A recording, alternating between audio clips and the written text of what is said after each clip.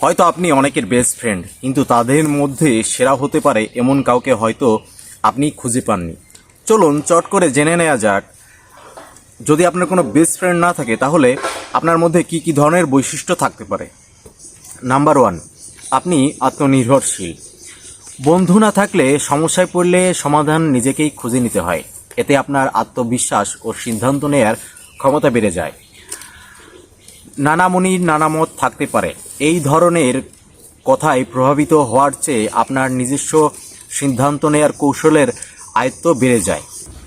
Number 2, নিজের আবেগ সবসময় নিজেকেই সামলাতে হয়। অনেক সময় দেখা যায় যে আপনি নিজের মনের কথা অন্য কাউকে জানাতে পারতেছেন না, এজন্য নিজের রাগ, দুঃখ, অভিমান এগুলো নিজেই সামলে নিতে সক্ষম করার ক্ষমতা অর্জন করে ফেলতে পারেন। নাম্বার 3, জীবনে কম ড্রামা এবং চাপ কম। অনেক সময় দেখা যায় বন্ধুদের সাথে আপনার ভুল বোঝাবুঝি, রাগ, ঝামেলা হতেই থাকে।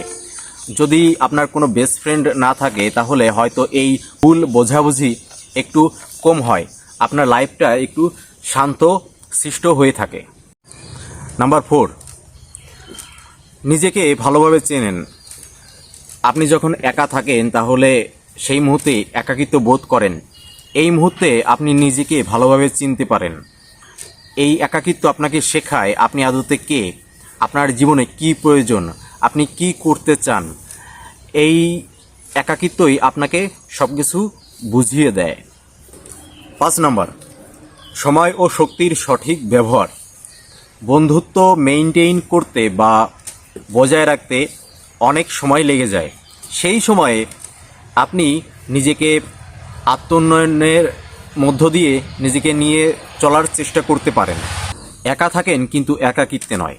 একা সময় কাটানোর জন্য আপনার আর কখনো একাকিত্ব বোধ হয় না, বরং আপনি নিজের সঙ্গ উপভোগ করতে থাকেন, আর সময়ের সঙ্গে সঙ্গে সেটাই শক্তিতে পরিণত হয়। নাম্বার 7, কম হতাশা। বন্ধু থাকলে আপনার তাদের থেকে অনেক প্রত্যাশা থাকে। প্রত্যাশা ও প্রাপ্তির যে বিয়োগফল তারই নাম হতাশা।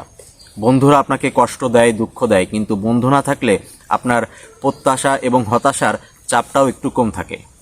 সবাইকে অনেক অনেক ধন্যবাদ আজকের ভিডিওটা মনোযোগ সহকারে দেখার জন্য। দেখা হবে নতুন কোনো ভিডিওতে নতুন কোনো টপিক নিয়ে। ততদিনে আপনার সকলে অবশ্যই অনেক অনেক ভালো থাকবেন।